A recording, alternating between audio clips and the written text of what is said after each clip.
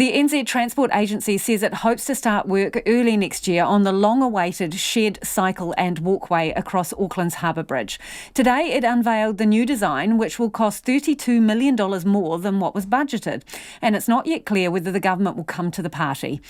The New Zealand Transport Agency was also cleared of any wrongdoing in its relationship with Skypath Trust, which has done years of design and resource consent work and says it's still out of pocket. Reporter Jordan Bond sat down with the agency spokesperson, Brett Gliddon, and asked him what's different about the new, more expensive design. It's up at deck level rather than up underneath the bridge. It has much better fire life ability if there's an issue on the walking and cycling path, because we can access it from the bridge deck itself rather than up underneath. It's not connected to the clip-on, so it won't move up and down as much as it would on the clip-on. The clip-ons move up to 700 mils when heavy vehicles travel over it. So there's a lot of benefits to the option that we've got. So we're quite proud of it and think it's a really good enduring option. You say it can be built up to 5 metres? Yeah. I mean, will it be built? Yeah, we're saying 5 metres. It could even be wider, but the intent is to build 5 metres. That's best practice. When we build walking and cycling paths now, anywhere around the city, we sort of aim for 5 metres. That allows enough room for cyclists and pedestrians to mix, because you've obviously got a speed differential. So 5 metres gives plenty of width so that you can have both people on the path at any one time. Mm-hmm.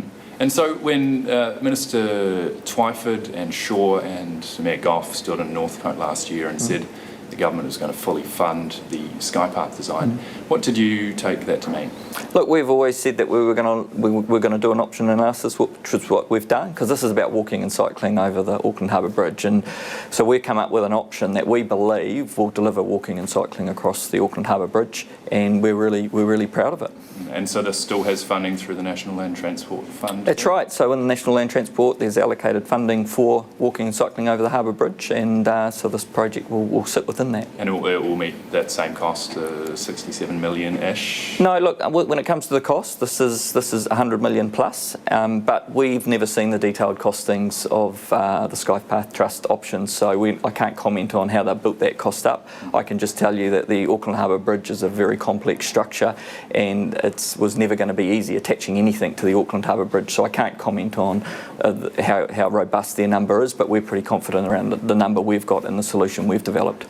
But that 67 million was accepted. It was quoted by at least one of the ministers, and it was put in the press release from the Beehive. Yep. So this will cost at least 30% more? Like I said, we have never looked at the detailed makeup of that costing, so I just can't comment on that. Okay, but I mean, are you disputing that it could have costed that much?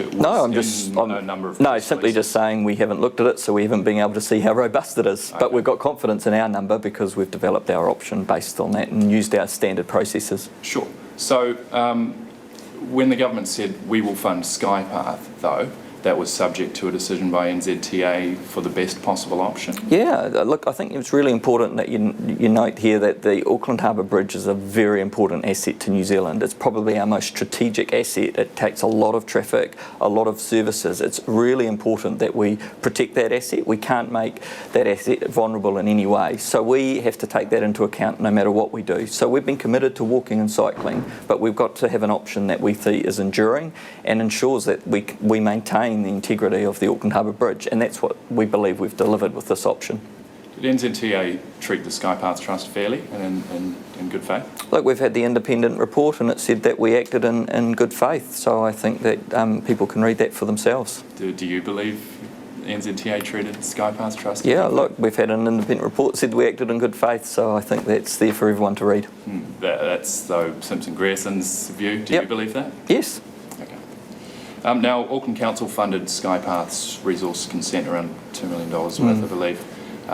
Given you say some of that might be able to be utilised, is Auckland Council going to be out of pocket here?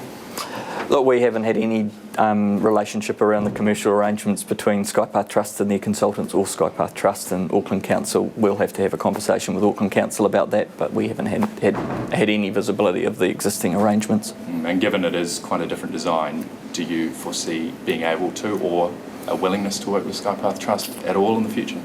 Absolutely, and we've put an olive leaf out there to say that we're happy to work with Skypath Trust, and we want to rebuild that relationship, because at the end of the day we want the same thing. We want walking and cycling across the Auckland Harbour Bridge. There's lots of options around how you do that. We think we've developed an option that's really enduring and is going to deliver great benefits. It delivers the same ultimate outcome, which is so people can walk and cycle across the bridge. Brett Gliddon speaking there with Jordan Bond.